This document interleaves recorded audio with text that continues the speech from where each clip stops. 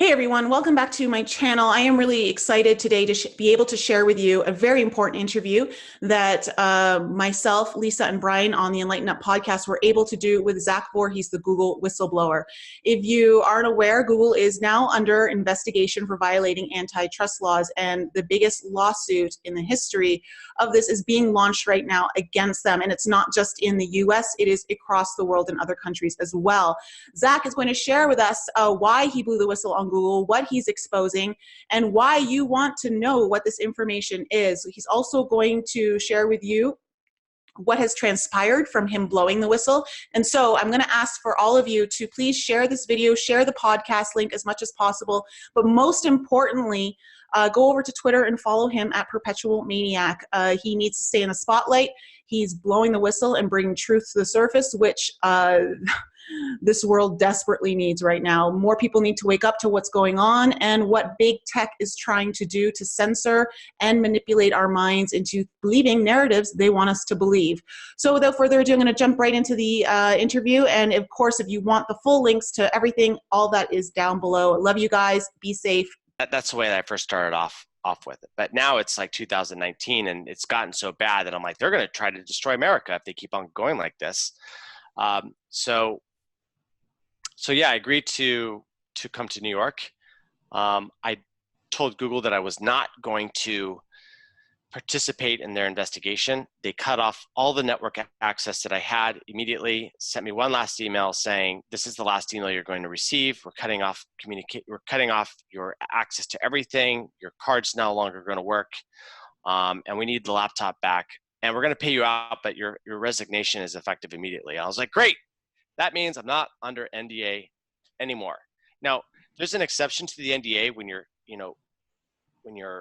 reporting criminal activity, and Google is definitely doing that. Like, I believe that they've committed treason.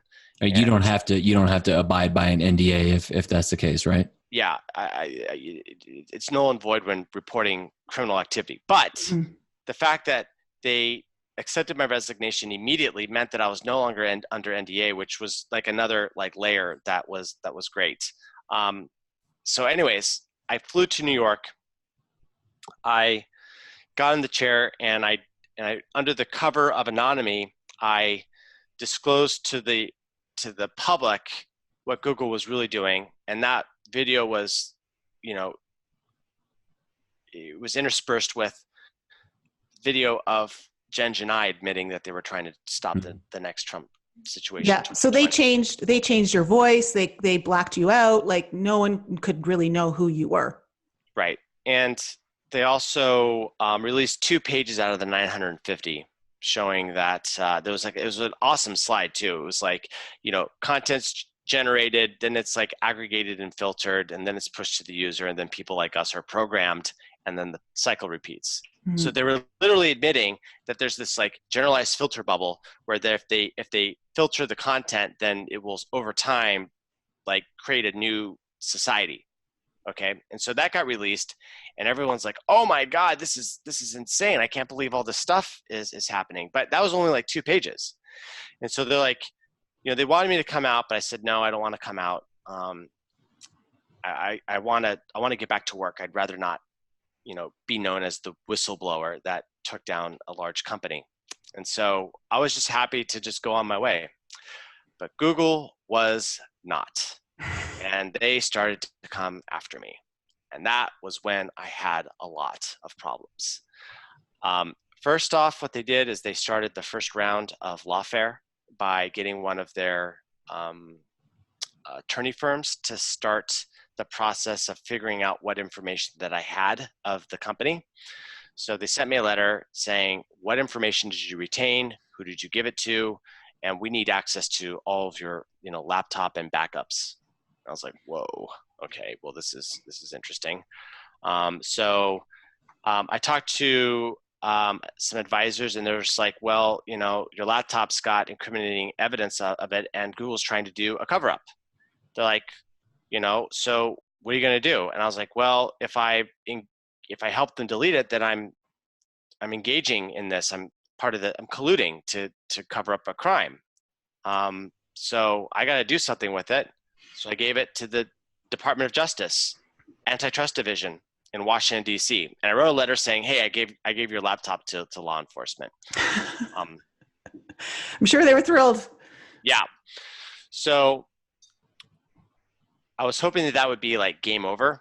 Mm-hmm. But one of the employees ended up outing me on Twitter on a low comment thread, Another Google employee. Yeah. I didn't know that they were Google at the time. Just somebody by the name of One Snowflake came out and said, hey, don't you want to change the bio on your Twitter handle, Mr. Leaker?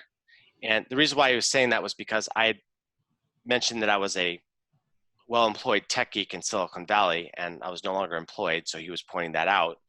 And he called out my real name, and I was just like, uh-oh. And so I told my network, I was like, hey, there's this weird message that I got. And so my friend set up a honeypot and started getting this guy to engage. And this guy clicked on a link, and that link was owned by us. So we got the logs of the IP address. And the guy clicked it without even using like Tor or VPN. He just clicked it from the corporate networks. So it popped up. We got the logs. We're like, okay, well, he's coming from Google Indiana, I believe it was. APAC is what they call it. And so it's like, okay, great. So this person that's outing you is working for Google, and they definitely know that this is what you've done. So I realized at that point, I was like, oh, I'm in danger, because if Google knows who I am and they know what data that I've downloaded, then what that means is there is a high value in assassinating me, right? Because wait, what? You think Google wants to assassinate you? Yeah, you ever see the lifespan of whistleblowers? Not that long, okay? Google is a giant corporation with a nearly $1 trillion stock cap, okay, that I caught rigging or meddling in elections on a global scale. You think they're just going to let like some guy just go out and walk into the media and disclose all of their dirty secrets and take down this political machine? I don't think so. I don't think that they're a Kevlar vest. Yeah, right. So at this point, I'm like, well, the chances of assassination are now immediately high, and I need to do something in order to prevent myself from getting assassinated. And I knew that I couldn't really prevent it. It was more like I would reduce the chances that it would occur. And so what I realized is that the value in assassinating me at that time was really high. They could prevent the disclosure of information to the public. Additionally, since I was not well known, it would be a conspiracy theory that it was a political hit job, right? So to our listeners, this is an algorithm, because this is a true programmer figuring out how not to get assassinated. Yeah. So I developed an algorithm on how not to get assassinated. And what that was I had to release all the information to the public to bring down the value, and then I had to get eyes on me. And if I could get the eyes on me, then that would basically, be like Jeffrey Epstein committing suicide all over again. They're like, oh yeah, he just died after he disclosed all this information. How convenient for Google. Yeah. So that was my strategy to reduce the suicide or the forced suicide chance. So to let Google know that not to assassinate me, I set out a dead man switch, which is still available on my Twitter profile, Perpetual Maniac. And I said, hey, in the event of my untimely death, all documents will become public. And so I tweeted that. Well, a few hours later, Google called in a wellness check. But unfortunately for them, they fell for my decoy address. So instead of sending the police to my address in San Francisco, they sent the police to Richmond. So the Richmond police show up. They're trying to get a hold of me. My friends are there at the house. They're like, Zack is not here. And they wouldn't believe him. They were really trying to get a hold of me. But I'm not there. So eventually the police leave. And my friend gives me a call and he's like, yo, Zack, like these people really, really, really, really, really want to get their hands on you. And I'm like, oh, wow. Well, I hope I hope that's the end of it. I hope they, don't try here. 30 minutes later, they're knocking on my door. Okay. And Where you actually are. where I'm actually are. Right. So I've got like a gate, and then I've got like a door. It's kind of the San Francisco, like, on a busy street sort of thing. So we've got like a metal gate. That's a security gate. Well, they're on the outside, like ringing the doorbell on that gate. And I'm like, yep, I'm on the second floor. I'm like, I'm not going to answer this. So I lay low. Well, now all of a sudden I hear them like banging on my door on the inside.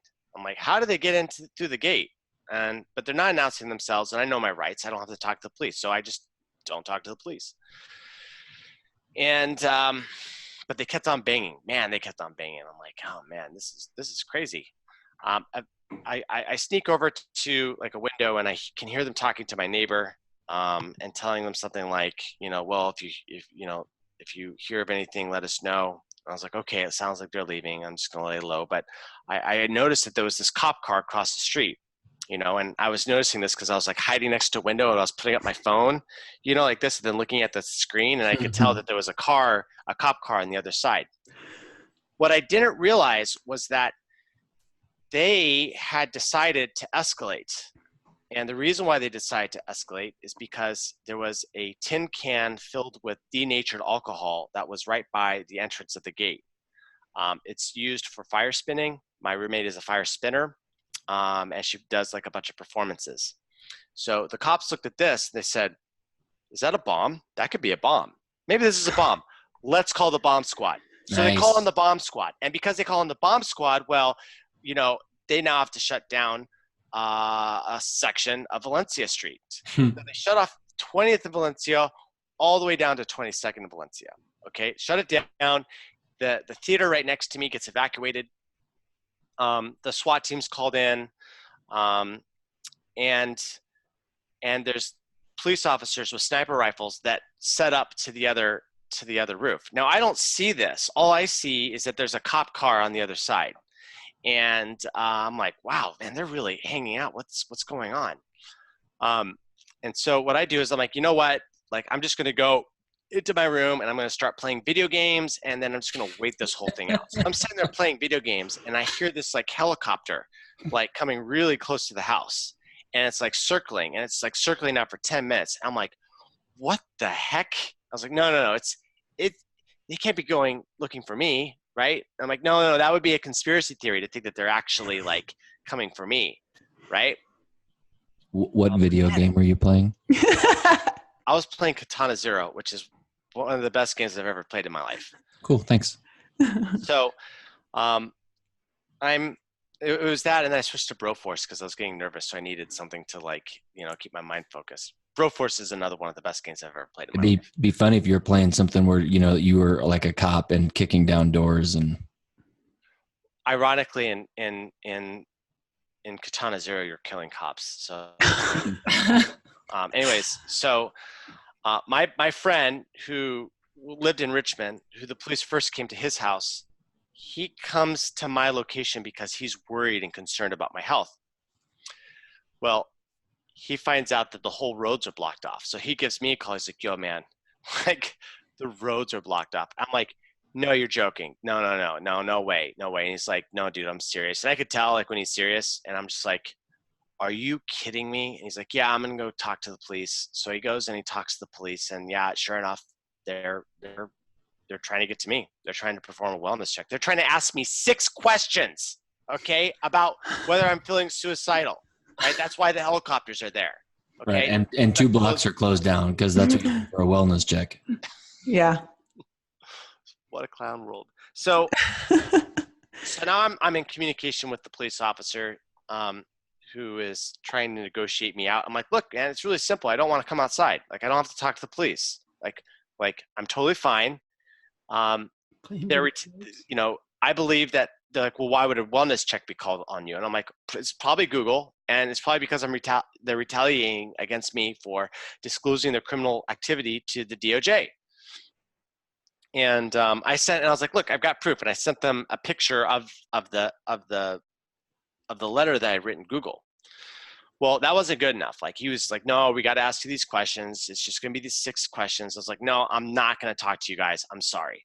So I'm in there, and then my buddy Will, he calls me back and he's like, yo man, they're really not going to leave. They're going to stay here for as long as it takes. They're going to set up shifts.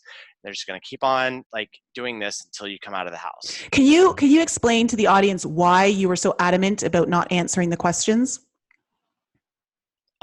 Actually, I told them, I was like, just ask me the questions over the phone.